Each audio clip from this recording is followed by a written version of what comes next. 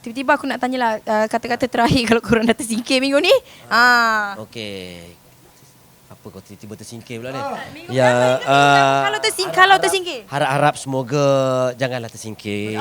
Ya. Kata itu satu doa. Jangan ikut kata-kata dia, bang. Kami takkan ikut kata-kata dia. Kau hajar budak ni.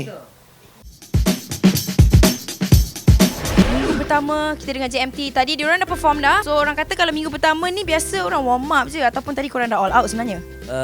Sebenarnya kita orang dah cuba yang terbaik. Sekarang pun tengah all out. Ambil kau. Ambil kau. Okey, kalau tadi korang puas hati tak dengan persembahan korang ataupun macam agak-agak tersingkir ke tak ni minggu pertama ni kau tersingkir ni malu.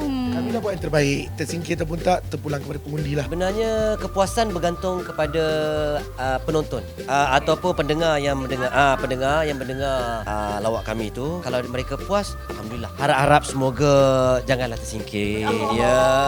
Ni Isik. Wartawan pula poyo. Sebab isi sekarang bermasalah ya. So manager korang bermasalah lah. So kumpulan ni bermasalah dah sebenarnya. Tidak. Sebab apa kita dah singkirkan manager kita orang. Kau dah terkeluar tau Isik. Diorang buang kau dah tadi. Dah buang dah? Tak ada. Kita ambil balik. Inilah lalang sebenar. Undilah mereka.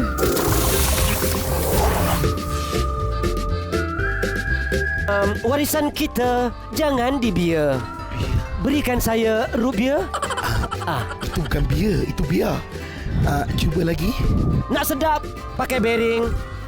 Lebih baik awak order semua tu sebelum saya hentak dengan steering. Cantik, ring-ring dah kena. Tapi terlampau biadab bantun tu. Balik.